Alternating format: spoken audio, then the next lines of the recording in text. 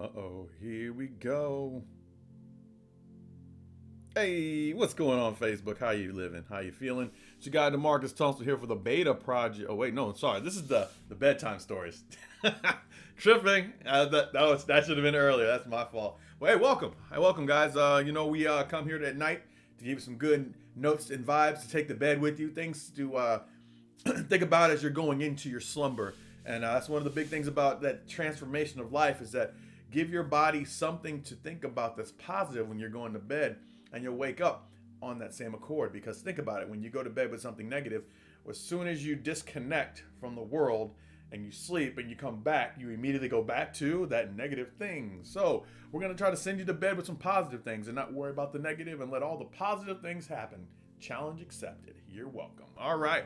So today's video, before we get to today's video, why it's a little bit later today is I wanted to give a happy birthday shout out to my own father, Mr. Ernest Tunstall, the man who gave me my middle name. Hello, Dad. Happy birthday to you. Happy birthday to you. Happy birthday, dear father. Happy birthday to you. Ooh, somebody's writing. Let's see if I can look at this time. Let's see. Okay. So, alrighty. Looks like, okay, yeah, we're good. So, happy birthday, Dad. I appreciate you. I love you. Thank you for giving me life and all that stuff that goes with that. And let's do some good stuff. Let's do some good stuff and keep ourselves in the right frame of mind.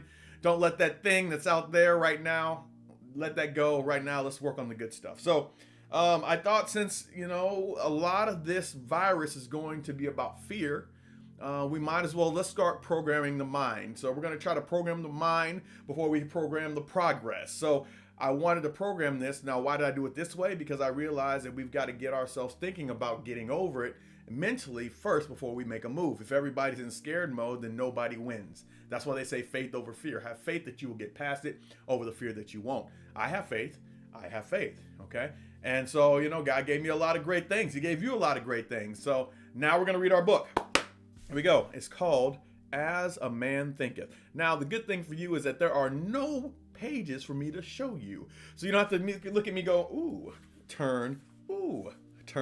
We're going to read right through it. That's what we're going to do. So with that being said, this book was given to me by somebody very, very, very, very, very special. And this book, I love it as much as I love that person. I 100% love them. And this book is amazing and it's awesome. And so let's go ahead and get into As a Man Thinketh. And it's not too long either. It's not too long. See? So here we go. As a Man Thinketh. And it's by James Allen, if you haven't seen that. So I'm going to show you the cover of the book just in case you want to go get it. It's by James Allen. So here we go. Here we go. I'm going to start off by reading the beginning of the book. We're going to like the first cover of pages. So we're going to read everything in here. So here we go. Mind is the master power that molds and makes. A man is mind, and evermore he takes. The tool of thought and shaping what he wills brings forth 1,000 joys, 1,000 ills. He thinks in secret and it comes to pass. Environment is but his looking glass. Yeah, the book is going to be like that. It's going to be pretty deep. All right, so here we go. The forward. Let's see. Here we go. Yeah. This little volume, the result of meditation and experience, is not intended as an exhaustive treatise on the much written upon subject of the power of thought. It is suggestive rather than explanatory. It is the object being to stimulate men and women to discover and the perception of the truth that they themselves are makers of themselves.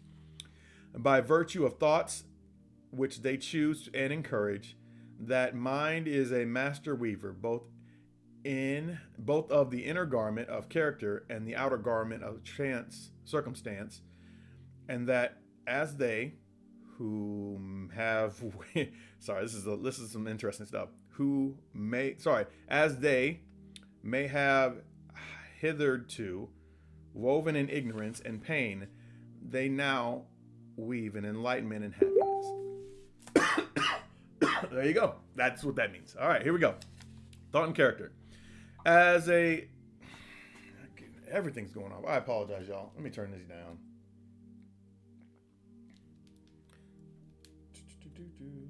Okay.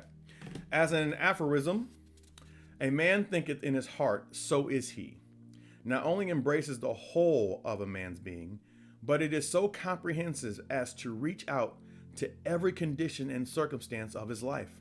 A man is literally what he thinks. Let me say that again. A man is literally what he thinks. His character being the complete sum of all his thoughts.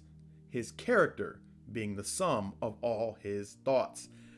As the plant springs from and could not be without the seed, so every act of a man springs from the hidden seeds of thought, and could not have appeared without them. This applies equally to those acts called spontaneous and unpremeditated, as to those which are deliberately executed.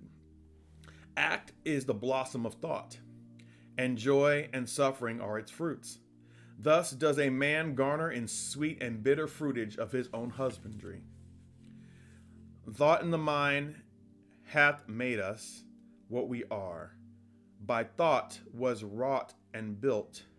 If a man's mind have evil thoughts, pain comes on him as comes the wheel, the ox behind. If one endure impurity of thought, joy follows him as his own shadow. Sure. There you go. Read that again. I won't. Man is a growth by law, and not a creation by artifice.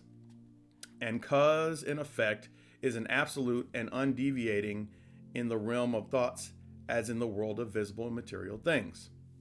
A noble and godlike character is not a thing of favor or chance, but it is the natural result of the continued effort in right thinking, the effort of long cherished association with godlike things. In ignoble and bestial character, by the same process, is a result of the continued harboring of grueling thoughts. Man is made or unmade by himself. In the armory of thought, he forges the weapons by which he destroys himself. He also fashions a tool which he builds for himself heavenly mansions of joy, strength, and peace.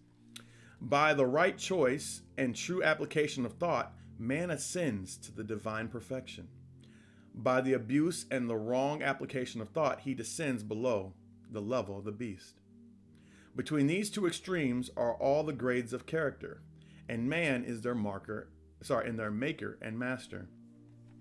Of all the beautiful truths pertaining to the soul, which have been restored and brought to light in this age, none is as gladdened or fruitful of this divine promise and confidence than this, that man is the master of thought, the molder of character, and the maker and shaper of condition, environment, and destiny.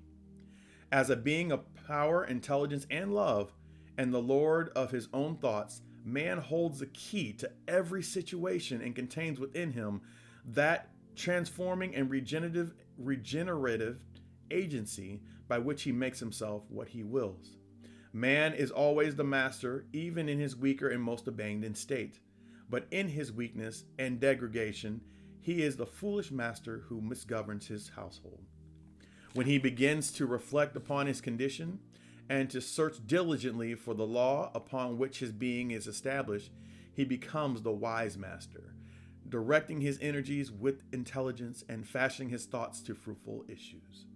Such is the conscious master, and only can be thus become by discovering within himself the laws of thought, which discovery is totally a matter of application, self-analysis, and experience.